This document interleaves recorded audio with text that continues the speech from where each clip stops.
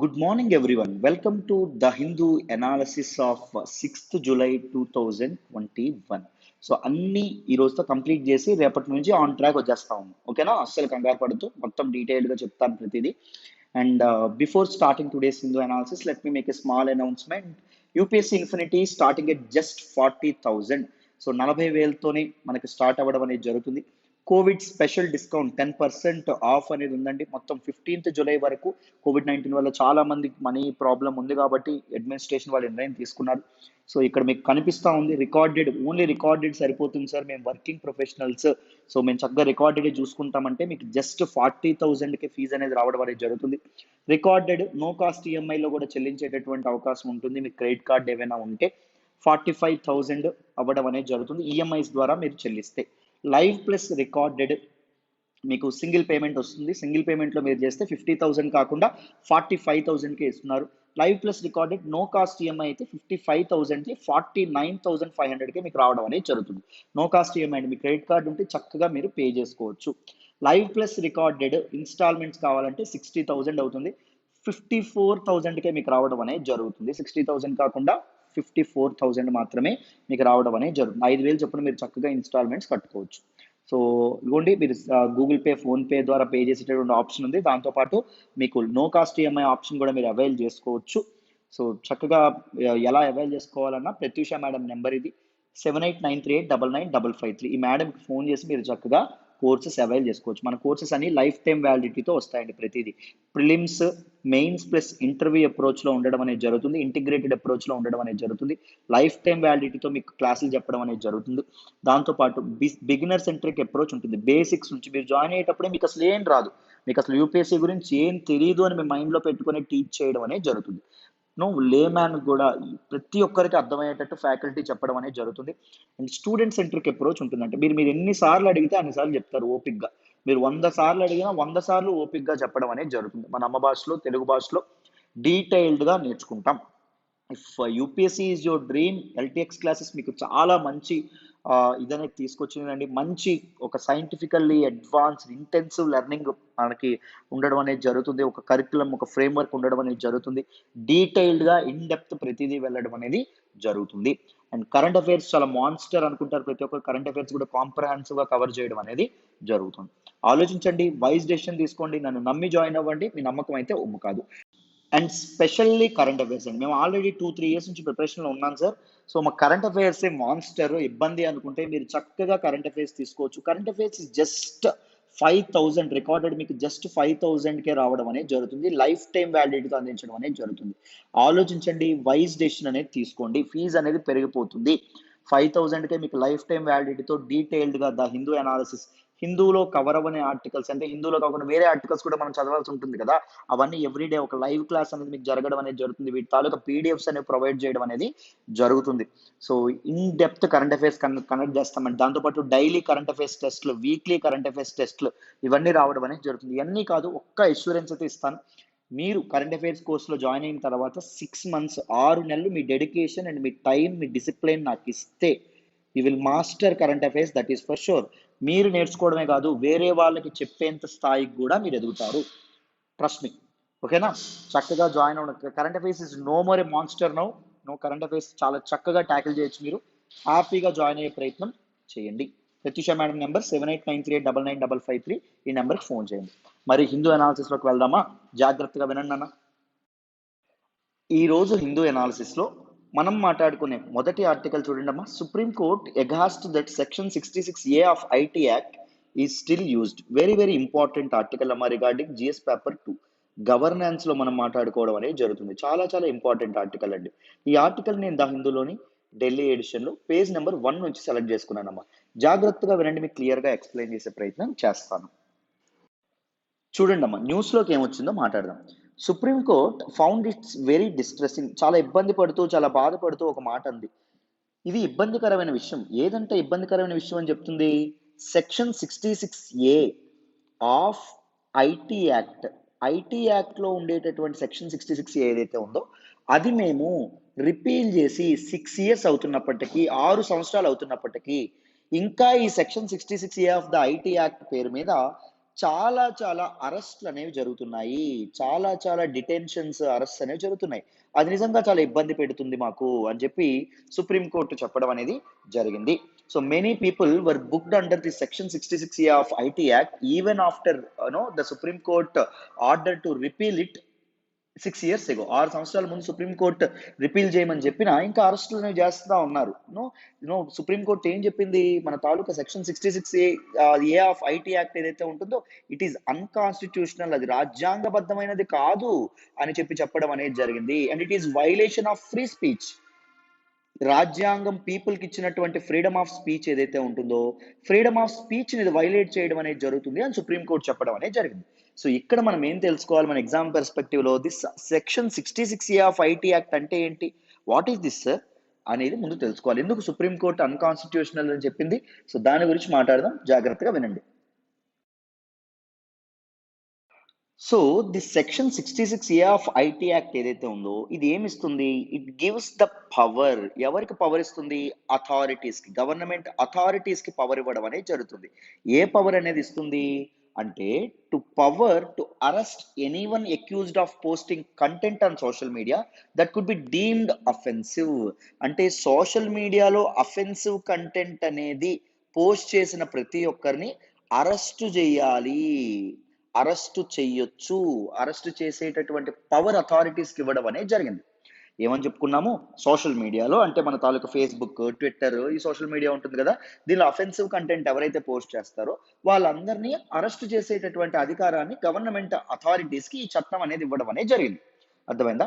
It provided punishment for sending offensive messages through communication services. Communication సర్వీసెస్ను ఉపయోగించి అంటే messenger లేకపోతే ఈ వాట్సాప్ ఇవేవైతే ఉంటాయో ఈ కమ్యూనికేషన్ సర్వీసెస్ను ఉపయోగించి ఒకవేళ నువ్వు ఏదైనా అఫెన్సివ్ మెసేజెస్ అనేవి పెడతా ఉన్నావు అనుకోండి, ఒక అమ్మాయిని ఏడిపిస్తున్నావు అనుకోండి, లేకపోతే ఒక అమ్మాయికి పాన్ కంటెంట్, అఫెన్సివ్ కంటెంట్ పంపిస్తా ఉన్నావు అనుకోండి, సో నువ్వేం చేస్తారు, authorities can detain you, authorities can arrest you అని చెప్పడం అనేది జరిగింది. సెక్షన్ ఆ అథారిటీ ఆ పవర్ అనేది ఇవ్వడం అనేది జరిగింది. Under this section A conviction could fetch A maximum of 3 years jail and fine. So ఈ సెక్షన్ కింద మొత్తం ఎంతండి, 3 సంవత్సరాల జైలు శిక్ష పడడం అనేది జరుగుతుంది. ఎన్ని సంవత్సరాలు, 3 years, up to 3 years jail and దాంతోపాటు ఫైన్ కూడా పడేటటువంటి అవకాశం ఉంటుంది. మరి ఈ తాలూకా యాక్ట్ ఏదైతే ఉంటుందో ఈ తాలూకా యాక్ట్ని సుప్రీంకోర్టు అన్కాన్స్టిట్యూషనల్ అని చెప్పి కొట్టివేయడం అనేది జరిగిందమ్మ. ఎప్పుడు అంటే 2015లో రిపీల్ చేయడం అనేది జరిగింది. ఏ కేసులో రిపీల్ చేయడం అనేది జరిగింది, very very very famous case అమ్మ, Shreya Singhal versus Union of India. Shreya Singhal versus Union of India case of 2015 ఏదైతే ఉందో అందులో this particular section 66A of IT act is unconstitutional. It is against the freedom of speech that was guaranteed to its citizens by the constitution. రాజ్యాంగం తన citizens, తన పౌరులకి ఏదైతే అధికారాన్ని, ఏదైతే స్వేచ్ఛనిచ్చిందో, walk స్వాతంత్రాన్ని ఇచ్చిందో, తమకు నచ్చేటటువంటి మాటను మాట్లాడేటటువంటి స్వాతంత్రాన్ని ఇచ్చిందో దాన్ని ఇది వైలేట్ చేయడం అనేది జరుగుతుంది అని చెప్పి సుప్రీంకోర్టు ఆ మాట చెప్పడం అనేది జరిగింది. అర్థమైందా? అండ్ ఇంకొక మాట అంది, అసలు ఇంతకీ మీరు అఫెన్సివ్, ఒక పర్టికులర్ కంటెంట్ అఫెన్సివ్ అని ఎలా చెప్తారండి? ఒక పర్టికులర్ కంటెంట్ ఈజ్ అఫెన్సివ్ అని మీరు ఎలా నిర్ధారించగలరు? సో నీకు అఫెన్స్ అయినది వేరే వాడికి అఫెన్స్ అవ్వకపోవచ్చు, వాడు ఇబ్బంది పడకపోవచ్చు, ఆ లాంగ్వేజ్తో వాళ్ళకి కామన్ అవ్వచ్చు. ఇప్పుడు మీరు జాగ్రత్తగా గమనిస్తే ఇప్పుడు ఆంధ్రప్రదేశ్, తెలంగాణ ఉంది. తెలంగాణలో ఏకవచనం is very very common, but ఆంధ్రప్రదేశ్లో గారు అండి అంటారు.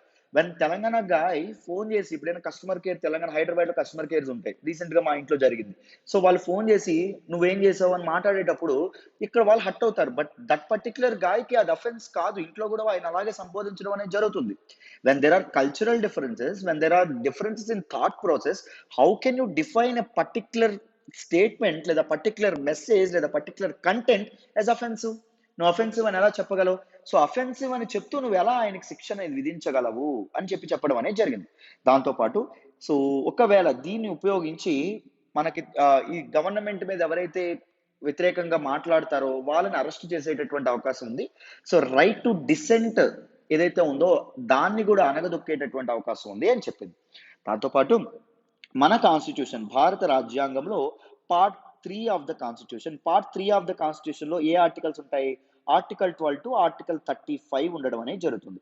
సో ఇవన్నీ ఏంటి, fundamental rights. Part 3 of the constitution talks about fundamental rights. Fundamental rights లో article 19 of the constitution it guarantees various freedoms to the citizens of India. Freedom of speech కానీ, freedom of expression కానీ, freedom of movement కానీ, ఇవన్నీ guarantee చేస్తుంది. మరి freedom of speech ఏదైతే రాజ్యాంగం ఇచ్చేటటువంటి హక్కుని నువ్వు ఏదో ఒక చట్టం చేసి ఎలా లాగేసుకుంటావు అబ్బాయి అని చెప్పి సుప్రీంకోర్టు ఏదైతే ఉంటుందో, సుప్రీంకోర్టు ప్రభుత్వాన్ని ప్రశ్నించడం అనేది జరిగింది. అండ్ తన landmark judgement, that is Shreya Singhal versus Union of India కేసులో ఈ తాలూకా section 66A of IT act ఏదైతే ఉంటుందో దీన్ని కొట్టివేయడం అనేది జరిగింది సుప్రీంకోర్టు. మరి ఇప్పుడు ఎందుకు న్యూస్లోకి వచ్చిందంట చూడండి అన్న. ఇప్పుడు ఎందుకు న్యూస్లోకి వచ్చిందంట అంటే, ఈవెన్ ఆఫ్టర్ సుప్రీంకోర్టు striking down this particular heinous act, స్ట్రక్ చేసినప్పటికీ ఈవెన్ 6 years అయింది రిపీల్ చేసినప్పటికీ, ఇంకా ఈ కారణం చేత ఈ సెక్షన్ 66A ఏదైతే ఉంటుందో అది ఉపయోగిస్తూ ఇంకా కేసులు అనేవి నమోదు చేయడం అనేది జరుగుతుందంట. So the number of cases registered under section 66A had actually increased post the judgment తర్వాత యాక్చువల్లీ ఇంక్రీజ్ అవ్వడం అనేది జరిగిందంట. అర్థమైందా? సో ఎందుకు అంటే, there is no strict mechanism to follow the judgment of Supreme Court in Shreya Singhal versus Union of India case. అర్థమైందా? ఒక mechanism అనేటటువంటిది లేదు. దాన్ని ఎలా ఫాలో అవ్వాలి, పర్టికులర్ ది హేట్ స్పీచ్ అయితే, లేకపోతే పర్టికులర్ అఫెన్సివ్ కంటెంట్ అయితే, అఫెన్సివ్ కంటెంట్ కి మీద చర్యలు తీసుకోవద్దని సుప్రీంకోర్టు ఏం చెప్పింది, అవును ఒక పోలీస్ స్టేషన్ కానీ లేకపోతే ట్రయల్ కోర్ట్స్ కానీ తెలియకుండా జరుగుతుంది. అర్థమైందా? So there is no mechanism, there is no clear framework అని చెప్పి మనం చెప్పుకోవచ్చు. దాంతోపాటు ఐపీసీ, ఇండియన్ పీనల్ కోడ్ ఏదైతే ఉంటుందో, ఇండియన్ పీనల్ కోడ్ లో ఒక పదాన్ని అసలు డిఫైనే చేయలేదమ్మా. ఏ పదం అది? Hate speech. హేట్ స్పీచ్ అనేటటువంటి పదాన్ని అసలు డిఫైన్ చేయలే. ఏది హేట్ స్పీచ్ అవుతుందండి? ఏది హేట్ స్పీచ్ అవుతుంది, ఏది ఫ్రీ స్పీచ్ అవుతుంది? నీ వాక్ స్వాతంత్రాన్ని ఉపయోగించుకొని నువ్వు ఎలాంటి స్పీచ్ మాట్లాడొచ్చు, అండ్ ఎలాంటి స్పీచ్ మాట్లాడితే అది హేట్ స్పీచ్ అవుతుంది? సో వీటి మధ్య క్లియర్ డిమార్కేషన్ లేకపోవడం కూడా ఒక ఇబ్బందికరమైనటువంటి విషయం. సో గవర్నమెంట్ ఏం చేయాలి, సో ముందు హేట్ స్పీచ్ అంటే ఏంటో డిఫైన్ చేయడానికి ప్రయత్నించాలి. న్యాయ వ్యవస్థలు కానీ, దీస్ లా బాడీస్ కానీ ఏం చేయాలి, హేట్ స్పీచ్ అంటే ఏంటి, ఫ్రీ స్పీచ్ అసలు ఏమవుతుంది అని చెప్పి డిఫైన్ చేయడానికి ప్రయత్నం చేయాలి. అర్థమైందా? సో నిజంగా హేట్ స్పీచ్ అంటే ఏమవ్వాలి, కంట్రీ యొక్క లా అండ్ ఆర్డర్ ఏదైతే ఉంటుందో, శాంతి భద్రతలు ఏవైతే ఉంటాయో వాటికి భంగం కలిగించేటటువంటి స్పీచ్ కానీ, వ్యాఖ్యలు కానీ, లేకపోతే కంట్రీలో వైలెన్స్ ని ఇన్వోక్ చేసేటటువంటి, వైలెన్స్ ని ప్రవోక్ చేసేటటువంటి స్పీచ్ ఏదైతే ఉంటుందో దాన్ని హేట్ స్పీచ్ గా గుర్తించడం అనేది జరగాలి. So what is the need of the hour now? To define hate speech and to distinguish between free speech and hate speech. Right, అందరికి ఆర్టికల్ అర్థమైందని అనుకుంటున్నాను డీటెయిల్ గా. మరి నెక్స్ట్ ఆర్టికల్ మాట్లాడతామా? జాగ్రత్తగా వినండమ్మా. ఈ రోజు హిందూ అనాలిసిస్ లో మనం మాట్లాడుకునే నెక్స్ట్ ఆర్టికల్ వచ్చేసి, cities along reverse urge to include conservation plans. Very very important article అమ్మా, రిగార్డింగ్ జిఎస్ పేపర్ 3 అమ్మా. ఎన్విరాన్మెంట్ అండ్ ఎకాలజీలో మనం మాట్లాడుకోవడం అనేది జరుగుతుంది. చాలా చాలా ఇంపార్టెంట్ ఆర్టికల్. ఈ ఆర్టికల్ నేను ద హిందూలోని ఢిల్లీ ఎడిషన్ లో పేజ్ నెంబర్ 10 నుంచి సెలెక్ట్ చేసుకున్నాను అన్న. జాగ్రత్తగా వింటే క్లియర్ గా ఈ ఆర్టికల్ అర్థమైపోతుంది. జాగ్రత్తగా వినండి అమ్మా. ఈ ఆర్టికల్ అర్థం కావాలంటే మీకు కొంత బ్యాక్గ్రౌండ్ అనేది అర్థం కావాలి. ముందు బ్యాక్గ్రౌండ్ అనేది మాట్లాడదాం, తర్వాత ఈ ఆర్టికల్లో ఏం చెప్పారో నేను చెప్తాను, మీకు ఈజీగా అర్థమైపోతుంది. బ్యాక్గ్రౌండ్ దేని గురించి మాట్లాడాలి అంటే, national mission for clean Ganga, దాని గురించి మనం మాట్లాడాలి. దేని గురించి మాట్లాడాలంటే ఇక్కడ రాస్తున్నాను చూడండి అమ్మా, national mission for clean Ganga. దీనికి ఇంకొక పేరు ఏంటండి, ఈ ఎన్ఎంసీజీ ఏదైతే ఉంటుందో, ఎన్ఎంసీజీకి ఇంకొక పేరు ఏంటి అంటే నమామి గంగే ప్రాజెక్ట్ అని కూడా అనడం అనేది జరుగుతుంది. ఏమంటాము? నమామి గంగే ప్రాజెక్ట్. సో ఈ ప్రాజెక్ట్ గురించి ముందు మనం తెలుసుకోవాలండి. సో ఈ నమామి గంగే ప్రోగ్రామ్ ఏదైతే ఉంటుందో, లేకపోతే national mission for clean Ganga project ఏదైతే ఉంటుందో, it is an integrated conservation mission. Conservation అంటే సంరక్షణ లేదా పరిరక్షణ అని చెప్పి అనడం అనేది జరుగుతుంది. మరి ఏంటి పరిరక్షించడానికి ఈ మిషన్ అనేది తీసుకురావడం అనేది జరిగింది అంటే గంగా నది and Ganga river basin, Ganga నది యొక్క పరివాహక ప్రాంతాలు ఏవైతే ఉంటాయో దాన్ని కన్జర్వ్ చేయడానికి ఒక ఫ్లాగ్షిప్ ప్రోగ్రామ్గా union government, central government June 2014లో మన మన ఆ నరేంద్ర మోడీ గారి అధికారంలోకి రాగానే ఈ ప్రాజెక్ట్ని, గంగా ప్రక్షాళన కోసం ఈ ప్రాజెక్ట్ని ఇది చేయడం అనేది, ఇంట్రడ్యూస్ చేయడం అనేది జరిగింది. What is the objective, what are the objectives of this project అంటే there were two main objectives. ఏంటి objectives? Effective abatement of pollution. Pollution ఏదైతే ఉంటుందో గంగా రివర్ బేసిన్ లో పొల్యూషన్ అనేది పూర్తిగా కంట్రోల్ చేయాలి. అండ్ దాంతో పాటు reservation of national river Ganga, rejuvenation, Ganga యొక్క ప్రక్షాళన చేయాలి. గంగా నదిని మళ్ళీ we should bring back the life of Ganga again. Pollution తో పాపం చాలా బాధపడుతున్నటువంటి గంగా నదిని మళ్ళీ రిజువనేట్ అనేది చెయ్యాలి. ఈ రెండింటి టూ ఇంపార్టెంట్ ట్విన్ ఆబ్జెక్టివ్స్ తో ఇది ఏర్పాటు అవ్వడం అనేది జరిగింది. అండ్ దీన్ని ఎవరు ఆపరేట్ చేస్తారు? Operated under the department of water resources, river development and Ganga rejuvenation. So ఈ డిపార్ట్మెంట్ ఏ మినిస్ట్రీ అండర్లో ఉంటుందంట? మినిస్ట్రీ ఆఫ్ జల్ శక్తి అండర్లో ఉండడం అనేది జరుగుతుందమ్మా. Very very important. ఇలాంటి ఫిలిమ్స్లో మనకు అడిగేటటువంటి అవకాశం ఉంటుంది. So this particular Namami Gange program ఏదైతే ఉంటుందో it is being implemented by NMCG, that is national mission for clean Ganga, and it is a state and its state counterpart organisations. అంటే ఎన్ఎంసీజీతో పాటు national mission for clean Ganga ఈ commission ఏదైతే ఉంటుందో, ఇదేదైతే ఉంటుందో దాంతో పాటు కౌన్సిల్ ఏదైతే ఉంటుందో దాంతో పాటు ఎస్పీఎంజీస్ ఏవైతే ఉన్నాయి, state program management groups, Ganga నది ఏ స్టేట్స్ నుంచి అయితే పాస్ అవుతుందో ఆ స్టేట్స్ యొక్క ప్రోగ్రామ్ మేనేజ్మెంట్ గ్రూప్స్ ఏవైతే ఉన్నాయో, ఎస్పీఎంజీస్ ఏవైతే ఉన్నాయో అవి కలిపి ఈ ప్రోగ్రామ్ ని ఇంప్లిమెంట్ చేయడం అనేది జరుగుతుంది. అర్థమైందా? సో మీ అందరికీ తెలిసిన అనుకుంటున్నాను, this particular national mission for clean Ganga ఏదైతే ఉంటుందో this is an implementing wing of national Ganga council అమ్మ. నేషనల్ గంగా కౌన్సిల్ 2016లో రావడం అనేది జరిగింది. 2016లో ఎస్టాబ్లిష్ చేశారు. దాని తాలూకు ఇంప్లిమెంటింగ్ వింగే national mission for clean Ganga. అర్థమైందా? సో మొత్తం 2000 crore సెంట్రల్లీ ఫండెడ్, అంటే మొత్తం సెంట్రల్ గవర్నమెంటే భరిస్తున్నటువంటి ఒక కార్పస్ ఫండ్ చేత ఇది ఈ తాలూకు ప్రాజెక్ట్ ఏదైతే ఉంటుందో ఈ ప్రాజెక్ట్ అనేది ముందుకు వెళ్ళడం అనేది జరుగుతుంది. And what are the 4 main pillars of this particular programme అంటే first one is sewage treatment అండి. ఫస్ట్ వన్ ఏంటమ్మా? సీవేజ్ ట్రీట్మెంట్ సరిపోయినటువంటి infrastructure, industrial effluent monitoring, industries నుంచి వచ్చేటటువంటి వ్యర్థ పదార్థాలు ఏవైతే ఉన్నాయో అవి గంగా నదిలో కలిసే ముందు దాన్ని మానిటర్ చేయడం అనేది చేస్తారు. Next river front development.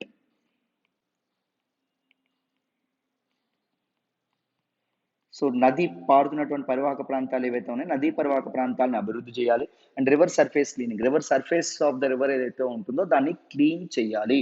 And పూర్తిగా పాతాళం గ్రౌండ్ ఏదైతే ఉంటుందో దాన్ని పూర్తిగా కంప్లీట్గా క్లీన్ చేయాలి, పరిశుభ్రపరచాలి. బయోడైవర్సిటీ అండ్ ఎఫారెస్టేషన్, గంగా నది చుట్టుపక్కల ఉండేటటువంటి ఫ్లోరా అండ్ ఫానా ఏవైతే ఉంటాయి, ప్లాంట్స్ అండ్ యానిమల్స్ ఏవైతే ఉన్నాయో వాటిని సంరక్షించుకోవాలి. అండ్ ఎఫారెస్టేషన్, గంగా నది పరివాహక ప్రాంతాల్లో చెట్లను కూడా నాటాలి. This is the third pillar. ఫోర్త్ది ఏంటి అంటే ముందు పబ్లిక్ అవేర్నెస్. మన తాలూకా ఎకానమీలో కానీ, మన తాలూకా దేశ అభివృద్ధిలో కానీ, మన తాలూకా కల్చర్లో కానీ ప్రతి దానిలో గంగా నది యొక్క పాత్ర ఏంటి అది ప్రజలకు తెలియజెప్పాలి. గంగా నదిని ఎలా సంరక్షించుకోవాలి ప్రజలకి తెలపాలి. మన ఇల్లు ఎలా అయితే మనం క్లీన్ చేసుకుంటామో మన దేశాన్ని కూడా మనం అలాగే పరిశుభ్రపరచుకోవాలి. మన దేశం అనే హోల్ అనే macro level or countries or home. So we should be clean. మన ఇంట్లో అయితే మనం పరిశుభ్రపరచుకుంటాం, మన దేశాన్ని కూడా మనం పరిశుభ్రపరచుకోవాలి. సో మన గంగా నది, మన కల్చరల్ ఎసిమిలేషన్ అయినటువంటి మన పవిత్రమైనటువంటి గంగా నదిని కూడా మనం ఏం చేయాలి? పరిశుభ్రపరచుకోవాలి అని పీపుల్ని సెన్సిటైజ్ చేయాలి, పీపుల్కి తెలియపరచాలి. సో ఈ 4 పిల్లర్స్తో దిస్ పర్టికులర్ ప్రాజెక్ట్ ఏదైతే ఉంటుందో ఇది రావడం అనేది జరిగింది. అయితే this particular national mission for clean Ganga ఏదైతే ఉంటుందో which is an implementing wing of national Ganga council, it came up with a policy. ఒక పాలసీ డాక్యుమెంట్తో ముందుకు రావడం అనేది జరిగింది. అంటే గంగా నదిని ఎలా సంరక్షించాలి అని చెప్పి రాష్ట్రాలకి కొన్ని నార్మ్స్, కొన్ని రూల్స్ అనేవి పెడుతూ ఒక పాలసీ డాక్యుమెంట్తో ముందుకు వచ్చింది అనమాట. అది ఇప్పుడు న్యూస్లోకి వచ్చింది. ఆ పాలసీ డాక్యుమెంట్లో ఏం సజెషన్స్ చెప్పారు మరి మనకి స్టేట్స్కి చూద్దాం. చూడండి అన్న, ఆ పాలసీ డాక్యుమెంట్ ఏదైతే ఉంటుందో దానిలో చెప్పినటువంటి రూల్స్ అండ్ రెస్ట్రిక్షన్స్, నార్మ్స్ ఏవైతే ఉన్నాయో వాటి గురించి కాస్త మాట్లాడదాం. మనకి ఈజీగా అర్థమైపోతుంది. ఈజీ, పెద్ద కష్టం కాదు. చూడండి, పాలసీ డాక్యుమెంట్లో ఏం చెప్పారు అంటే, the policy spells out provisions in the national water policy. మనకి 2020లో నేషనల్ వాటర్ పాలసీ వచ్చిందా, నేషనల్ వాటర్ పాలసీలో ఏవైతే ప్రొవిజన్స్ చెప్పారో మళ్ళీ ఈ పాలసీ డాక్యుమెంట్లో కూడా పునరుద్ఘాటించడం అనేది జరిగింది. ఎవరు? National mission for clean Ganga వాళ్ళు మరి ఒకసారి వాటిని చెప్పడం అనేది జరిగింది. ఏం చెప్పారు అంటే, it says that the city situated on river banks. River banks అంటే నదీ పరివాహక ప్రాంతాల్లో, నదుల తాలూకు ఒడ్డు మీద ఉండేటటువంటి సిటీస్, నగరాలు ఏవైతే ఉన్నాయో they will have to incorporate river conservation plans. ఏం చెప్పారు? Cities situated on river banks, నదీ పరివాహక ప్రాంతాల మీద ఉండేటటువంటి నగరాలు ఏవైతే ఉన్నాయో అవి ఏం చేయాలి? They will have to incorporate river conservation plans. River conservation plans ఏవైతే ఉంటాయో, నదులను కాపాడడానికి స్ట్రాటజీస్ అండ్ ప్లాన్స్ ఏవైతే ఉన్నాయో వాటిని ఇన్కార్పొరేట్ చేయాలి. సో సరైనటువంటి చర్యలు తీసుకోవాలి. When they prepare there master plans, వాళ్ళ సిటీ యొక్క మాస్టర్ ప్లాన్ ఎప్పుడైతే ప్రిపేర్ చేసినప్పుడు నదుల తాలూకా రివర్ కన్జర్వేషన్ ని కూడా వాళ్ళు మెయిన్ ఆస్పెక్ట్గా వాళ్ళ తాలూకా మాస్టర్ ప్లాన్లో ఇంక్లూడ్ చేయాలి అని చెప్పడం అనేది జరిగింది. It has been instructed that the river sensitive plans must be practical. So all the master plans should be river sensitive. Rivers ఏవైతే ఉన్నాయో రివర్స్ కన్జర్వేషన్ని, రివర్ చుట్టూ ఉండేటటువంటి బయోడైవర్సిటీ కన్జర్వేషన్ని దృష్టిలో పెట్టుకోవాలి. అండ్ దాంతోపాటు దే మస్ట్ బి ప్రాక్టికల్, ఆచరించదగినట్టుగా ఉండాలండి. సో జస్ట్ ఆన్ పేపర్ బాగుండడం కాదు. మన ఇండియాలో పాలసీస్ అన్ని ఆన్ పేపర్ సూపర్ ఉంటాయి, but when it comes to implementation మొత్తం అంతా చేతులు ఎత్తేస్తారు. సో ప్రాక్టికాలిటీ అనేది ఉండాలి. All the plans should be practical and consider questions of encroachment and land ownership. Encroachment అంటే ఆక్రమణలు అండ్ ల్యాండ్ ఓనర్షిప్ మామూలుగా ఎక్కువ జరుగుతూ ఉంటుంది. నాకు కూడా తెలుసు ఇలాంటివి ఎలా ఉంటాయంటే, చెప్తాను చూడండి మీకు. చాలా మంది పట్టణాల్లో ఇప్పుడు హైదరాబాద్ గట్రా ఉంటాయి. హైదరాబాద్లో కూడా చిన్న చిన్న ఇవేవైతే ఉంటాయి మనకి పాండ్స్, లేక్స్ కానీ ఉన్నాయనుకోండి, ఆ ప్రాంతాల్లో ఎక్కువగా ఎంక్రోచ్మెంట్ చేసేస్తూ ఉంటారు. ఎందుకంటే నది కరెక్ట్గా ప్రవాహానికి రికార్డ్స్ అనేవి సరిగ్గా ఉండవు కాబట్టి what they will do is ఆ చెరువుల్లో ఇల్లు కట్టేయడం కానీ ఇవన్నీ చేస్తూ ఉంటారు, అక్రమంగా ఆక్రమిస్తూ ఉంటారు. అర్థమైందా? సో ఇలాంటి ఎన్క్రోచ్మెంట్స్ అండ్ ల్యాండ్ ఓనర్షిప్ మీద కూడా వాళ్ళ మాస్టర్ ప్లాన్తో సరైనటువంటి అసెస్మెంట్ అనేది ఉండాలి. రివర్ ల్యాండ్ ఏదైతే ఉంటుందో అది ఎన్క్రోచ్ అవ్వకుండా చూసుకోవాలి. అర్థమైందా? చాలా ఎక్కువగా ఇలాంటి కృష్ణానది గురించి మీకు ఇష్యూ తెలుసని అనుకుంటున్నాను. మన ఆంధ్రప్రదేశ్లో జరిగినటువంటి ఇష్యూ అండ్ హైదరాబాద్ మూసీ దగ్గర ఉండేటటువంటి స్లమ్ ఏరియాస్ని ఖాళీ చేసే విషయంలో 2013లో ఒక ఇష్యూ జరిగింది, మీ అందరికీ తెలుసని అనుకుంటున్నాను. సో దీస్ థింగ్స్ ఏవైతే ఉంటాయో ఎక్కువగా ఈ తాలూకా river plain areas are very prone to these encroachments and illegal ownership. So అది జరగడం అనేది జరుగుతుంది. నెక్స్ట్ చూడండి, the key aspect of conserving protection rivers and river resources involves increasing green cover in the vicinity of the river. ఇక్కడ ఏం చెప్పారండి? So very very important. So నది యొక్క పరివాహక ప్రాంతాల్లో, నదుల తాలూకు ఒడ్డున వెంటనే ఏం చేయాలి? Increase green cover. గ్రీన్ కవర్ని ఇంక్రీజ్ చేయాలంటే చెట్లని నాటాలండి. ఎఫారెస్టేషన్ లాంటి ప్రోగ్రామ్స్ ఏవైతే ఉంటాయో వాటిని ఏర్పాటు చేయాలి అని చెప్పి మనకి ఇక్కడ చెప్పడం అనేది జరిగింది. గ్రీన్ కవర్ అనేది ఇంక్రీజ్ చేయాలి. సో నదులు on the banks of reverse concrete structures కానీ, సో లేకపోతే ఇవన్నీ ఇలాంటివి లేకుండా గ్రీన్ బఫెట్స్ కానీ, లేకపోతే గ్రీన్ ఇన్ఫ్రాస్ట్రక్చర్ కానీ, పార్క్స్ కానీ ఇలాంటివి కట్టడానికి ప్రయత్నించాలి. మంచి చెట్లు కానీ, ఉద్యానవనాలు కానీ వాటితో ముందుకు రావాలి. That helps the overall environment, the overall health of a river system అని చెప్పి మనకి ఇక్కడ చెప్పడం అనేది జరిగింది. The master plan student mandate specific technologies. So ఈ మాస్టర్ ప్లాన్లో మనకి స్పెసిఫిక్ టెక్నాలజీస్ ఏర్పాటు చేయాలి అని చెప్పలేదు కాబట్టి ఈ పాలసీ డాక్యుమెంట్లో ఈ పర్టికులర్ రివర్ సిటీస్ ఏవైతే ఉన్నాయో సిటీస్ కమప్ విత్ ఏం చెప్పుకున్నాం, మాస్టర్ ప్లాన్స్ వస్తాయని చెప్పుకున్నాం కదా. ఈ మాస్టర్ ప్లాన్స్తో రివర్ కన్జర్వేషన్ ప్లాన్స్ అనేవి ఇన్కార్పొరేట్ చేయాలని చెప్పాం. కానీ ఇన్కార్పొరేట్ చేయడానికి ఏ టెక్నాలజీస్ వాడాలి అని పాలసీ డాక్యుమెంట్ ఏం చెప్పలేదు. కానీ but technology, state of the art technologies అయితే వాడాలి, టెక్నాలజీ ఉపయోగం అయితే తీసుకోవాలి అని చెప్పి మాత్రం చెప్పడం అనేది జరిగింది. State of the art technologies ఏవైతే ఉన్నాయో, ద బెస్ట్ టెక్నాలజీస్ ఏవైతే ఉన్నాయో వాటి తాలూకు సహాయం తీసుకోవాలి ఈ కన్జర్వేషన్ ప్లాన్స్లో, ఈ కన్జర్వేషన్ మెథడాలజీస్లో అని చెప్పడం అనేది జరిగింది. ఇప్పుడు మనం మామూలుగా ఇప్పుడు రివర్ కన్జర్వేషన్ కోసం రివర్ మేనేజ్మెంట్ కోసం ఏ టెక్నాలజీస్ వాడుతున్నారు అంటే, some important examples of satellite based monitoring of water quality. Water క్వాలిటీని శాటిలైట్ బేస్డ్, షార్ట్ కట్లో రాసానమ్మా, మానిటరింగ్. రివర్ వాటర్ క్వాలిటీని కానీ, మన తాలూకా వాటర్ బాడీస్లో వాటర్ క్వాలిటీ అనేది శాటిలైట్స్ని ఉపయోగించి, ఉపగ్రహాలను ఉపయోగించి వాటర్ క్వాలిటీని ఇది చేయడం, మానిటర్ చేయడం. Artificial intelligence for riverine biodiversity mapping. Riverine అంటే నదీ పరివాహక ప్రాంతాల్లో బయోడైవర్సిటీ, ఫ్లోరా అండ్ ఫానా అనేవి ఎలా ఉన్నాయి, సో బయోడైవర్సిటీ యొక్క హెల్త్ ఎలా ఉంది అనేటటువంటి విషయాలు ఏవైతే ఉన్నాయో అవి మానిటర్ చేయడం. అర్థమైంది? దేన్ని ఉపయోగించుకుని? ఆర్టిఫిషియల్ ఇంటెలిజెన్స్ ఉపయోగించుకొని. And big data science, big data and citizen science ఏవైతే ఉంటాయో దీస్ పర్టికులర్ టెక్నాలజీస్ని ఉపయోగించుకొని రివర్ హెల్త్ అనేది మానిటర్ చేయడం. రివర్ తాలూకా హెల్త్ ఎలా ఉంది, మన ఇండస్ట్రియల్ ఎఫ్లుయెంట్స్ అంటే ఇండస్ట్రీస్ నుంచి వచ్చేటటువంటి వ్యర్థ పదార్థాలు ఏమైనా కలుస్తున్నాయా, విషయం ఏంటి, ఆ సంగతి ఏంటి, వీటన్నింటినీ తెలుసుకోవడానికి ఇది big data and citizen science and data science ఇవన్నీ ఉపయోగించుకోవాలి. దాంతోపాటు అన్మాన్డ్ ఏరియల్ వెహికల్స్, వీటిని ఏమంటాం, డ్రోన్స్ అని కూడా అనడం అనేది జరుగుతుంది. సో ఫ్లడ్ ప్లెయిన్ మ్యాపింగ్ ఏదైతే ఉంటుందో దానికి ఈ తాలూకు డ్రోన్స్ అనేవి కూడా ఉపయోగించాలి. సో ఉపయోగించడం అనేది జరుగుతుంది. ప్రజెంట్ ఈ టెక్నాలజీస్ వాడుతున్నారు. ఇంకా బెటర్ టెక్నాలజీస్తో ముందుకు రావాలని చెప్పి ఈ పాలసీ డాక్యుమెంట్లో మనకు చెప్పడం అనేది జరిగింది. The recommendations are currently for towns that are main stem of the Ganga.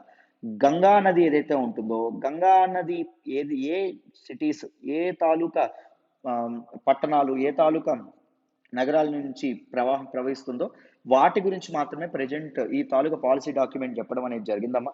As per the policy documents there are 97 towns. మొత్తం గంగా నది 97 పట్టణాల నుంచి పాస్ అవ్వడం అనేది జరుగుతుంది. Encompassing 5 important states, 5 states. So 5 రాష్ట్రాల గుండా గంగా నది అనేది ప్రవహిస్తుంది. ఆ 5 రాష్ట్రాలు ఏంటో నా కామెంట్ బాక్స్లో మీరు చెప్తారంట. ఓకేనా? ఇంతవరకు కరెక్ట్గా చెప్తారో నేను చూస్తాను. Ganga river basin encompasses how many states? ఆ 5 స్టేట్స్ అని చెప్తాం. ఆ 5 స్టేట్స్ ఏంటో నాకు కామెంట్ బాక్స్లో తెలియజేయండి. Right. So next article discuss చేద్దాం. కంప్లీట్గా ఈ ఆర్టికల్ అనేది మీకు అర్థమైందని అనుకుంటున్నాను. మరి నెక్స్ట్ ఆర్టికల్ మాట్లాడదాం. జాగ్రత్తగా వినండి అన్న. ఈరోజు హిందూ ఎనాలిసిస్లో మనం మాట్లాడుకునే నెక్స్ట్ ఆర్టికల్ చూడండి అమ్మా. Facial recognition used to verify job beneficiaries. Government చెప్పడం అనేది జరిగింది. చాలా చాలా ఇంపార్టెంట్ ఆర్టికల్ అండి. Regarding GS paper 3 science and టెక్నాలజీలో మనం మాట్లాడతాం. అండ్ జిఎస్ పేపర్ 2 గవర్నెన్స్లో కూడా మనం మాట్లాడడం అనేది జరుగుతుంది. చాలా చాలా ఇంపార్టెంట్ ఆర్టికల్ అమ్మ. ఈ ఆర్టికల్ నేను ద హిందూలోని ఢిల్లీ ఎడిషన్లో పేజ్ నెంబర్ 1 నుంచి సెలెక్ట్ చేసుకున్నాను అన్న. జాగ్రత్తగా వింటే క్లియర్గా అర్థమైపోతుంది మనకి. ఏం లేదన్న, ministry of health and family welfare ఏదైతే ఉంటుందో ఆ మినిస్ట్రీ దగ్గరికి ఒక RTI, right to information act కింద ఒక అప్లికేషన్ అనేది వెళ్ళింది. ఈ ఆర్టీఐ ద్వారా ఏం క్వశ్చన్ అడిగారు అంటే, ఏమండి ministry of health family welfare గారు, మీరు బెనిఫిషరీస్, వ్యాక్సిన్ సెంటర్స్ దగ్గర బెనిఫిషరీస్ యొక్క వెరిఫికేషన్ కోసం ఈ technology, that is facial recognition technology అనేది వాడుతున్నారా అని చెప్పి క్వశ్చన్ అడగడం అనేది జరిగింది. ఫేషియల్ రికగ్నిషన్ టెక్నాలజీ ఇది నిజంగా వాడుతున్నారు అంటే, ఫేషియల్ రికగ్నిషన్ టెక్నాలజీ గురించి కంప్లీట్గా మాట్లాడుకుందాం. వాట్ ఆర్ ద కన్సర్న్స్ అని. దీనికి ministry of health and family welfare వాళ్ళు ఏం చెప్పారు అంటే, అవునండి వ్యాక్సిన్ సెంటర్స్ దగ్గర లబ్ధిదారులు ఎవరైతే ఉన్నారో, బెనిఫిషరీస్ ఎవరైతే ఉన్నారో వాళ్ళ తాలూకా ఆన్లైన్ వెరిఫికేషన్ కోసం మేము ఈ ఫేషియల్ రికగ్నిషన్ టెక్నాలజీ అనేది వాడుతున్నాము అని చెప్పడం అనేది జరిగింది. మరి ఇక్కడ వాడితే తప్పేంటంట, what are the different concerns అని మనం చెప్పుకుంటే, ఫేషియల్ రికగ్నిషన్ టెక్నాలజీ ఏదైతే ఉంటుందో, ఫేషియల్ రికగ్నిషన్ టెక్నాలజీ వాడడం కోసం the ministry didn't provide any legislative or legal order. ఒక చట్టం ఏం చేయలేదు ఇప్పటి వరకు, ఇది వాడచ్చు, ఇది పర్లేదు అని ఒక చట్టం ఏం చేయలేదు. అలానే ఒక legal order, government executive order కూడా గవర్నమెంట్ ఏం పాస్ చేయలేదే ఇది వాడమని. ఈ టెక్నాలజీ ఆథరైజ్ చేసినట్టు. అదొక మెయిన్ ప్రాబ్లం. దాంతోపాటు ఈ తాలూకా ఫేషియల్ రికగ్నిషన్ టెక్నాలజీ ఏదైతే ఉంటుందో, ఫేషియల్ రికగ్నిషన్ టెక్నాలజీ వాడడం వల్ల ప్రైవసీ, ఒక వ్యక్తి యొక్క ప్రైవసీ ఏదైతే ఉంటుందో ప్రైవసీకి భంగం వాటిల్లదు అని గ్యారంటీ ఏం చేయలేదు. No privacy impact assessment of the use of FRT was conducted. So facial recognition technology వల్ల ప్రైవసీ అనేది మన సిటిజన్స్ యొక్క ప్రైవసీ పోతుంది అని చెప్పి ఇదేం లేదు. మనకి పుత్తుస్వామి కేసులో సుప్రీంకోర్టు ఏం అభిప్రాయపడింది మీ అందరికీ తెలుసు. Supreme court right to privacy is a fundamental right అని చెప్పింది. It comes under article 21 of the constitution అని చెప్పింది. ఫండమెంటల్ రైట్స్ లో ఆర్టికల్ 21 చాలా important. Right to life and personal Liberty గురించి మాట్లాడుతుంది. సో రైట్ టు లైఫ్ లోకి పెట్టింది దేన్ని, మన తాలూకా రైట్ టు ప్రైవసీ ఏదైతే ఉంటుందో రైట్ టు ప్రైవసీని. సో వ్యక్తుల తాలూకా ప్రైవసీ అనేది భంగం కలిగితే చాలా ప్రాబ్లమ్స్ ఏర్పడచ్చు. దాంతోపాటు ఎఫ్ఆర్టీ మీద చాలా కన్సర్న్స్ ఉన్నాయి. వాటన్నింటినీ హ్యాండిల్ చేయకుండా, వాటన్నింటినీ దృష్టిలో పెట్టుకోకుండా ఎలా పెడతారండి, దీనికి ఎలా ఎలో చేస్తారు మీరు అని చెప్పడం అనేది జరిగింది. The government was also unable to provide any information related to the accuracy. So మన తాలూకా ఎఫ్ఆర్టీ ఏదైతే ఉంటుందో ఇది ఎంత యాక్యురేట్ గా పనిచేస్తుంది, నిజంగా ఫేస్ ఐడెంటిఫికేషన్ అనేది క్లియర్ గా జరుగుతుందా, లేకపోతే ఏమైనా అవకతవకలు ఉన్నాయా, ఈ విషయాల మీద కూడా ఎటువంటి ఇది జరగలేదు. అర్థమైందా? సో ఎప్పటి నుంచో ఇది ఒక పెద్ద క్వశ్చన్ అండి. మనకిప్పుడు ఫస్ట్ ఢిల్లీ పోలీస్ వాడారు ఏంటి ఫేషియల్ రికగ్నిషన్ టెక్నాలజీని. ఫస్ట్ 2018లో ఈ తాలూకా గవర్నెన్స్ తమ తాలూకా పరిపాలన విధుల్లో భాగంగా వాడడం అనేది జరిగింది, ఇంట్రడ్యూస్ చేశారు. తర్వాత చాలా చాలా ప్లాట్ఫామ్స్ ఏవైతే ఉన్నాయో గవర్నెన్స్ ప్లాట్ఫామ్స్ అన్ని చాలా గవర్నమెంట్ ఆఫీసులు ఇవన్నీ ఫేషియల్ రికగ్నిషన్ టెక్నాలజీని వాడుతూ ఉంటాయి. మీరు గమనిస్తే మనకి పెన్షన్స్ ఇచ్చే దగ్గర కానీ, లేకపోతే బ్యాంక్ అకౌంట్ ఓపెన్ చేయడం కానీ, సో వెబ్ క్యామ్ పెట్టి మీరు ఈ కెమెరాలో చూడండి అంటారు ఫేషియల్ రికగ్నిషన్ కోసం. బట్ ఆ ఫేషియల్ రికగ్నిషన్ అనేది సరిగ్గా జరుగుతుందా, ఈజ్ ఇట్ యాక్యురేట్ నిజంగా, లేకపోతే దాని నుంచి వ్యక్తి యొక్క ఇన్ఫర్మేషన్ ఏమైనా బయటకు లీక్ అవుతుందా, పోనీ ఫేషియల్ రికగ్నిషన్ టెక్నాలజీ యొక్క బెటర్ ఇంప్లిమెంటేషన్ గురించి ఏమైనా చట్టం ఉందా, ఏమైనా లీగల్ ప్రొసీజర్ ఉందా అంటే లేదమ్మా. సో అది కదా మెయిన్ కన్సర్న్ ఇక్కడ. సో అందుకోసం చూడండి, మనం ఇప్పుడు ఫేషియల్ రికగ్నిషన్ టెక్నాలజీ మీద మెయిన్స్ లో క్వశ్చన్స్ వచ్చేటటువంటి అవకాశం ఉంటుంది. ఒకసారి అదేంటి, దాని గురించి కన్సర్న్స్ ఏంటి, ఇవన్నీ డీటెయిల్డ్ గా తెలుసుకుందాం, మీకు ఈజీగా అర్థమవుతుంది. సో మొదట what is this particular facial recognition technology? Facial recognition technology అంటే ఏంటి? Facial recognition technology is basically A biometric technology. Biometric identification కోసం వాడేటటువంటి టెక్నాలజీ. బయోమెట్రిక్ ఐడెంటిఫికేషన్ అంటే ఏంటి? బయోలాజికల్ ట్రైట్స్ ఏవైతే ఉంటాయో, బయోలాజికల్ ఫీచర్స్ ఏవైతే ఉన్నాయో వాటిని ఉపయోగించుకొని ఐడెంటిఫై చేయడం. ఫింగర్ ప్రింట్ ఉంది, it is a biological trait, ప్రతి మనిషికి ఫింగర్ ప్రింట్స్ ఉంటాయి. లేకపోతే ఐస్ ఐడెంటిఫై చేయడం కానీ, ఫేషియల్ ఫీచర్స్ అనేవి ఐడెంటిఫై చేయడం కానీ, సో ఇవన్నీ బయోమెట్రిక్ ఐడెంటిఫికేషన్ కింద మనకి రావడం అనేది జరుగుతుంది. This is a technology that involves biometric identification. And why it is used to distinctive features on the face to identify and distinguish an individual. ఇది ఏం యూజ్ చేస్తుంది? డిస్టింక్టివ్ ఫీచర్స్ ఆన్ ఫేస్ మీద మనిషికి ఉండేటటువంటి తేడాలు ఏవైతే ఉంటాయి, ఫీచర్స్ ఏవైతే ఉంటాయో, ఫీచర్స్ అనేవి వాడుతూ ఒక వ్యక్తిని ఐడెంటిఫై చేయడానికి అండ్ దాంతోపాటు డిస్టింగ్విష్ చేయడానికి,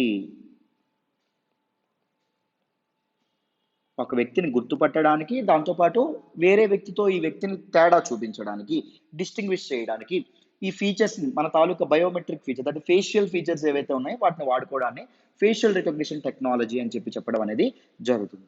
రైట్? సో ఎప్పుడైతే మనకి ఆర్టిఫిషియల్ ఇంటెలిజెన్స్ కానీ, లేకపోతే మెషిన్ లెర్నింగ్ ఏవైతే ఉన్నాయి, మెషిన్ లెర్నింగ్, డేటా సైన్స్ లాంటి సోఫిస్టికేటెడ్ టెక్నాలజీస్ ఎప్పుడైతే మనకి అందుబాటులోకి రావడం అనేది జరిగిందో, ఈ తాలూకు ఫేషియల్ రికగ్నిషన్ టెక్నాలజీ యొక్క వాడకం కూడా డిఫరెంట్ ఏరియాస్ లో బాగా పెరగడం అనేది జరిగింది. అర్థమైందా? సో అందుకోసం మనం ఏం చేస్తారు, ఈ ఫేషియల్ రికగ్నిషన్ టెక్నాలజీని మామూలుగా ఒక రిపాజిటరీ లాగా వీళ్ళు సేవ్ చేయడం అనేది జరుగుతుంది. మీరు జాగ్రత్తగా గమనిస్తే ఆటోమేటెడ్ ఫేషియల్ రికగ్నిషన్ సిస్టమ్స్ అంటాం. Automated facial recognition systems. So automated facial recognition system లో ఏం చేస్తారు, they maintain large database with photos and videos of people faces. జనాల తాలూకా ముఖాలు ఏవైతే ఉన్నాయో వాటన్నింటి తాలూకా డేటాబేస్ దీనిలో సేవ్ చేయడం అనేది జరుగుతుంది. ఒకవేళ సీసీటీవీ ఫుటేజ్ లో కానీ ఒక ఇమేజ్ అనేది ఐడెంటిఫై అయింది అనుకోండి, దాన్ని డేటాబేస్ తో కంపేర్ చేస్తారు. సో ఈ మనిషి ఎలాంటి మనిషి, ఇప్పుడు సపోజ్ నేను చెప్తాను, మామూలుగా ఎగ్జాంపుల్ చెప్పుకుందాం. ఒక విలేజ్ ఉంది, ఒక విలేజ్ లో ఉండేటటువంటి పీపుల్ ఎవరైతే ఉన్నారో, పీపుల్ తాలూకా ఫేసెస్ ఏవైతే ఉన్నాయి, ఫేషియల్ ఫీచర్స్ ఏవైతే ఉన్నాయో వాటన్నింటిని ఏం చేయడం అనేది జరుగుతుంది, వీళ్ళు ఈ తాలూకా ఫేషియల్ రికగ్నిషన్ టెక్నాలజీ ద్వారా ఒక డేటాబేస్ క్రియేట్ చేస్తారు. ఒకవేళ ఆ విలేజ్ లో ఏవైనా దొంగతనం జరిగింది అనుకోండి, విలేజ్ లో డౌట్ ఈ పలానా విలేజ్ లో వాడే కొట్టేశాడని, అప్పుడు విలేజ్ లో ఉండేటటువంటి సీసీటీవీ కెమెరాలు మనం పెట్టాం అనుకోండి, సీసీటీవీ కెమెరాస్ యొక్క ఫుటేజ్ అనేది చూస్తారు. ఆ వ్యక్తి యొక్క ఫేషియల్ ఫీచర్స్ ఈ విలేజ్ లో ఎవరిదైనా ఫేషియల్ ఫీచర్స్ తో కలిసి ఉన్నాయా, సరిగ్గా ఉన్నాయా లేదా అని చెప్పి ఇది చేయడం అనేది జరుగుతుంది, అని చెప్పి కంపేర్ చేయడం అనేది జరుగుతుంది. అందుకోసం ఈ తాలూకు ఆటోమేటెడ్ ఫేషియల్ రికగ్నిషన్ సిస్టమ్స్ ఏవైతే ఉన్నాయో వాటిని ఎక్కువగా వాడడం అనేది జరుగుతుంది. మరి ఇండియాలో ఫేషియల్ రికగ్నిషన్ సిస్టమ్స్ యొక్క డిప్లాయ్మెంట్ అనేది ఎలా జరిగింది అంటే చూడండి, there are currently 16 different facial recognition tracking systems in active utilization by various central and state governments. So various central government and state government authorities ఏవైతే ఉన్నాయో they are using these particular facial recognition systems. మొత్తం ఇప్పటి వరకు 16 kinds of facial recognition systems ఏవైతే ఉన్నాయో అవి వాడుతున్నారంట. ఎందుకు వాడుతున్నారు? ఫర్ డిఫరెంట్ పర్పజెస్, సర్వైలెన్స్ కానీ, లేకపోతే సెక్యూరిటీ పర్పజెస్ కానీ, లేకపోతే అథెంటికేషన్. సో ఒక గవర్నమెంట్ స్కీమ్ ఏదైనా ఎవరికి చెందుతుంది అని చెప్పి అథెంటికేట్ చేయడానికి కానీ, లేకపోతే ఐడెంటిఫై చేయడం కానీ, వీటన్నింటి కోసం ఈ ఫేషియల్ రికగ్నిషన్ సిస్టమ్స్ ఏవైతే ఉన్నాయో ఇవి వాడడం అనేది జరుగుతుంది.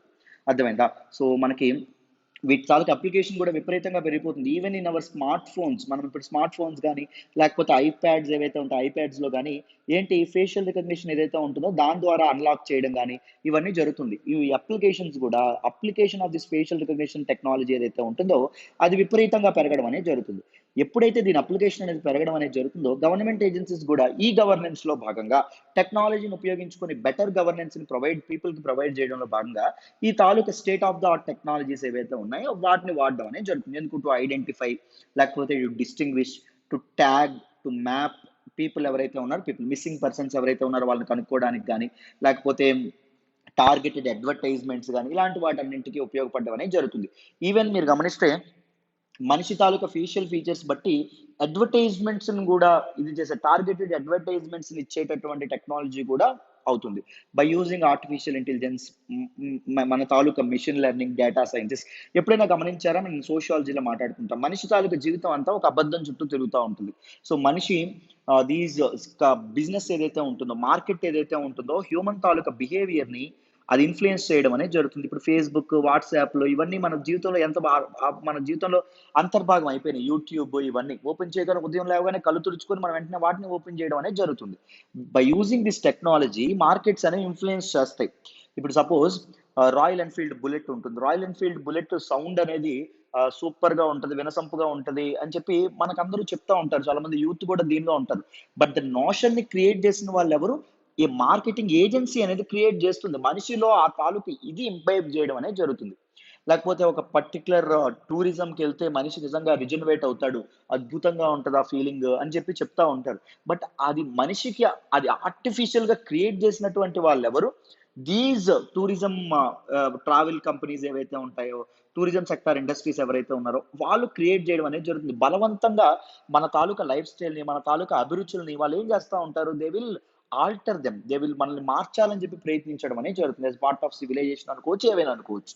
సో మనిషి తాలూకు జీవితం అంతా ఒక అబద్ధం చుట్టే తిరుగుతూ ఉంటది. మనకి మార్కెట్ ఎలా బిహేవ్ చేయమంటే మనం అలా బిహేవ్ చేస్తుంటాం. మనుషులందరినీ దేవుడు ఆడిస్తాడు అంటారు, బట్ మనుషులందరినీ మార్కెట్ ఆడించడం అనేది జరుగుతుంది.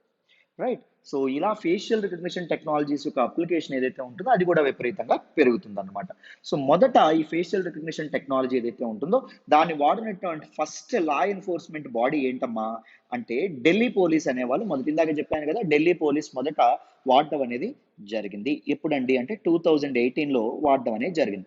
బట్ ఆర్టీఐ అప్లికేషన్ వాళ్ళకి రైట్ టు ఇన్ఫర్మేషన్ యాక్ట్ కింద వాళ్ళకి ఒక క్వైరీ వచ్చింది, వాళ్ళకి ఒక సందేహం వచ్చింది. ప్రైవసీ ఇంపాక్ట్ అసెస్మెంట్ చేశారా? మనిషి తాలూకా ప్రైవసీకి ఎటువంటి భంగం వాటిల్లకుండా ఇది కాపాడగలదా అంటే దానికి మాత్రం వాళ్ళు ఎటువంటి సమాధానం చెప్పలేదు. ఈవెన్ ది ఎఫ్ఆర్టీ సిస్టమ్స్ ఏవైతే ఉన్నాయో మెనీ గవర్నమెంట్ ఏజెన్సీస్ లో, multiple government, both central and state governments యొక్క మల్టిపుల్ డిపార్ట్మెంట్స్ లో వాడడం అనేది జరుగుతుంది. బెనిఫిషరీస్ యొక్క ఐడెంటిఫికేషన్ కానీ ప్రతిదానికి వాడడం అనేది జరుగుతుంది. అర్థమైందా? సో దీస్ లీగల్ ఎక్స్పర్ట్స్ ఎవరైతే ఉంటారో వాళ్ళు ఏం చెప్తారు అంటే ఎలా పడితే అలాగే ఈ ఫేషియల్ రికగ్నిషన్ టెక్నాలజీ వాడడం అనేది right to privacy that is guaranteed by the constitution of India. Right to privacy is a part of, మనకి ఇప్పుడు న్యాయ వ్యవస్థ ఉంది, లెజిస్లేచర్, ఎగ్జిక్యూటివ్ అండ్ జుడిషియరీ ఉంటుంది. జుడిషియరీ ఏం చేస్తుంది? It will interpret the constitution, it will interpret the law, interpret చేస్తుంది. So ఏం చెప్పింది? రైట్ టు ప్రైవసీ అనేటటువంటిది ఒక ఫండమెంటల్ రైట్, ఒక ప్రాథమిక హక్కు అని చెప్పి చెప్పడం అనేది జరిగింది. సో రైట్ టు ప్రైవసీ అనేది నీకు ఓన్లీ నీ బెడ్‌రూమ్‌లోనో, నీ బాత్రూమ్‌లోనో నువ్వు ప్రైవసీ మాత్రమే గాదు. ఈవెన్ ఇన్ పబ్లిక్ ప్లేసెస్‌లో గూడా నీకు రైట్ టు ప్రైవసీ అనేది ఉంటుంది. నీకంటూ ఒక అంతరంగిక జీవితం అనేది ఉంటుంది. అని చెప్పి సుప్రీం కోర్ట్ కేస్ పుత్తస్వామి లేదా ప్రైవసీ కేసులు చెప్పడం అనేది జరిగింది కదా! మరి ఈ ఎఫ్ఆర్‌టి ఈ ఫేషియల్ రికగ్నిషన్ టెక్నాలజీని ఉపయోగించి రైట్ టు ప్రైవసీ భంగం వాటిల్లేటటువంటి అవకాశం ఉంది. ఈవెన్ గవర్నమెంట్స్ ఈ ఫేషియల్ రికగ్నిషన్ టెక్నాలజీని ఉపయోగించుకొని ఫ్రీ స్పీచ్ ఏదైతే ఉంటుందో లేదా ఫ్రీడమ్ ఆఫ్ స్పీచ్ ఏదైతే ఉంటుందో ఫ్రీడమ్ ఆఫ్ స్పీచ్ అండ్ ఎక్స్ప్రెషన్ని అండర్మైన్ చేసేటటువంటి అవకాశం ఉంది అని చెప్పడం అనేది జరిగింది. దిస్ ఫేషియల్ రికగ్నిషన్ టెక్నాలజీ వల్ల over policing and over monitoring అనేది జరుగుతుంది. ఎందుకంటే మీరు ముఖ్యంగా ప్రాబ్లం ఏంటంటే there is no legal backing అండి. సో ఒక చట్టం ఏమైనా రెగ్యులేట్ చేస్తుందా, కంట్రోల్ చేస్తుందా అంటే లేదు. ఇప్పటి వరకు there is no law related to this particular facial recognition technology. Legal backing అనేది లేదు. ఒక చట్టం అనేది చేయట్లేదు. సో ఏం చేస్తారు, సర్వైలెన్స్ కోసం ఓవర్ పాలిసింగ్ చేసి మనుషుల జీవితాల్లో ఓవర్గా ఎంటర్ అయ్యేటటువంటి అవకాశం, మనిషి తాలూకు ప్రైవసీలో కూడా ఓవర్గా ఎంటర్ అయ్యేటటువంటి అవకాశం అనేది ఉండేటటువంటి ఇది కూడా ఉండడం అనేది జరిగింది. వెన్ దిస్ డిపాజిటరీ ఇప్పుడు సపోజ్ ఆటోమేటెడ్, ఇందాక ఏం చెప్పాము మనం, ఆటోమేటెడ్ ఫేషియల్ రికగ్నిషన్ సిస్టమ్ అన్నాం. ఇక్కడ ఏముంటుంది, పీపుల్ యొక్క ఫేసెస్ అన్ని డిపాజిటరీ ఉంటుంది. That is very sensitive biometric thing, right? మనిషి తాలూకా ఫేస్ని కూడా నువ్వు అడ్రస్ నేమ్ ఇదంతా ఒక పర్సనల్ డేటా అయితే మనిషి తాలూకా ఫేస్ని కూడా నువ్వు లాక్కుంటున్నావు అంటే ఒకవేళ ఏదైనా మనకు సైబర్ క్రైమ్స్ కానీ సైబర్ సెక్యూరిటీ కానీ according to national crimes records bureau cyber crimes అనేవి పెరుగుతున్నాయి.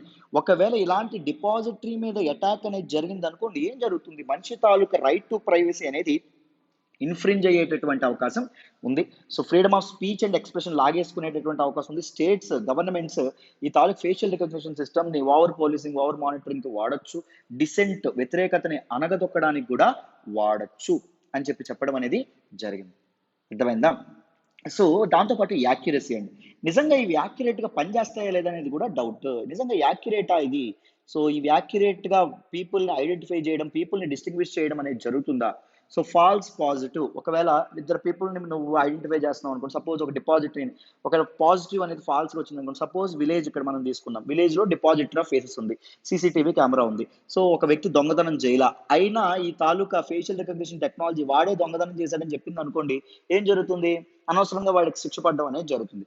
లేకపోతే ఫాల్స్ నెగిటివ్, ఒకవేళ సపోజ్ చెప్తాను, ఒక తాలూకా స్కీమ్ ఉంది, ఒక గవర్నమెంట్ స్కీమ్ ఉంది, ఒక గవర్నమెంట్ స్కీమ్కి పలానా వ్యక్తి బెనిఫిషియరీ అనుకోండి, కానీ ఫేషియల్ రికగ్నిషన్ సిస్టమ్ ద్వారా ఇప్పుడు సపోజ్ రేషన్ తీసుకోవడానికి పలానా వ్యక్తి అనుకోండి ఎలిజిబుల్ అనుకోండి, ఆ వ్యక్తి రేషన్ తీసుకోవడానికి వెళ్ళాడు. రేషన్ తీసుకోవడానికి వెళ్తే అక్కడ ఫేషియల్ రికగ్నిషన్ సిస్టమ్ ఆ వ్యక్తి ఎలిజిబుల్ కాదని చెప్పాడు అనుకోండి, ఏం జరుగుతుంది, మెనీ పీపుల్ ఎవరైతే ఉన్నారో చాలా మంది ఫాల్స్ నెగిటివ్ వల్ల చాలా మంది ఎక్స్క్లూడ్ అయ్యేటటువంటి అవకాశం ఉంది, గవర్నమెంట్ స్కీమ్స్ నుంచి ఎక్స్క్లూడ్ అయ్యేటటువంటి అవకాశం ఉంది. సో వితౌట్ ప్రాపర్ యాక్యురసీ అనేది లేకపోవడం వల్ల, వితౌట్ లీగల్ బ్యాకింగ్ అనేది లేకపోవడం వల్ల these particular facial recognition technology ఏదైతే ఉంటుందో those are still not acceptable అని చెప్పి మనకి ఇప్పుడు చెప్పడం అనేది జరుగుతుంది. So there might be a probable question on these particular technologies అండి. సో మీకు కంప్లీట్గా వీటన్నిటి గురించి ఐడియా అనేది ఉండాలి. ఈ స్లైడ్లో మీకు నేను ఇక్కడ రాసినటువంటి నోట్స్ అంతా మీకు జస్ట్ రివిజన్లా పనికొస్తుంది, మీరు స్క్రీన్ షాట్ అయినా తీసుకోవచ్చు. ఓకేనా? Right. So this is all about today's Hindu analysis. Full Hindu analysis కావాలంటే ఏం చేయాలో మీకు తెలుసు. కరెంట్ అఫైర్స్ కోర్స్లో జాయిన్ అవ్వండి, మీకు చాలా చాలా వాల్యుయేషన్ ఉంటుందమ్మా. నన్ను నమ్మి జాయిన్ అవ్వండి, మీ నమ్మకం అసలు ఒమ్ము కాదు, మళ్ళీ చెప్తున్నాను. సో కంప్లీట్ ఒకటే చెప్తాను, నేను గ్యారంటీ ఇస్తాను, మీరు కరెంట్ అఫైర్స్ కోర్స్లో జాయిన్ అయితే 6 months time, me dedication and time నాకు ఇవ్వండి. మీరు నేర్చుకోవడమే కాదు, వేరే వాళ్ళకి చెప్పేంత స్థాయికి కూడా మీరు ఎదుగుతారు. నేను ఎలా అయితే చెప్తున్నానో అలా మీరు వేరే వాళ్ళకి కూడా చెప్తాను. ట్రస్ట్ మీ, నన్ను నమ్మి జాయిన్ అవ్వండి. కాంప్రహెన్సివ్గా కరెంట్ అఫైర్స్ నేర్చుకోండి. Will master current affairs for sure. Just 5,000 రూపీస్కి అందిస్తున్నాం, ఇప్పుడు ఫీజు పెరిగిపోతుంది. సో వీలైతే జాయిన్ అయ్యే ప్రయత్నం చేయండి. ఏ నెంబర్కి ఫోన్ చేయాలో మీ అందరికీ తెలుసు, మళ్ళీ ఇక్కడ నెంబర్ రాస్తున్నాను చూడండి, 7893899553. ఇది ప్రత్యూష మేడం నెంబర్. ఈ నెంబర్కి ఫోన్ చేసి మీరు జాయిన్ అవ్వచ్చు. లైఫ్ టైం వ్యాలిడిటీతో మీ కరెంట్ అఫైర్స్ అనేవి చెప్పడం అనేది జరుగుతుంది. ఓకేనా? సో నా ఎక్స్ప్లెనేషన్ వస్తున్నట్టయితే కీప్ లైకింగ్ అవర్ వీడియో, మీ ఫ్రెండ్స్తో షేర్ చేసుకోండి, ఎలా ఉందో కామెంట్ చేయండి, ఏవైనా డౌట్స్ ఉన్నా కామెంట్ చేయండి, మీ వ్యూస్ కామెంట్ చేయండి. సో నేను చూస్తాను, నేను అక్కడ రిప్లై కూడా మీకు ఇస్తాను. Thank you so much for all the support so far అమ్మా, all the support and all love so far. Thank you so much. మళ్ళీ నెక్స్ట్ హిందూ అనాలిసిస్లో కలుద్దాం. బాయ్ అమ్మా.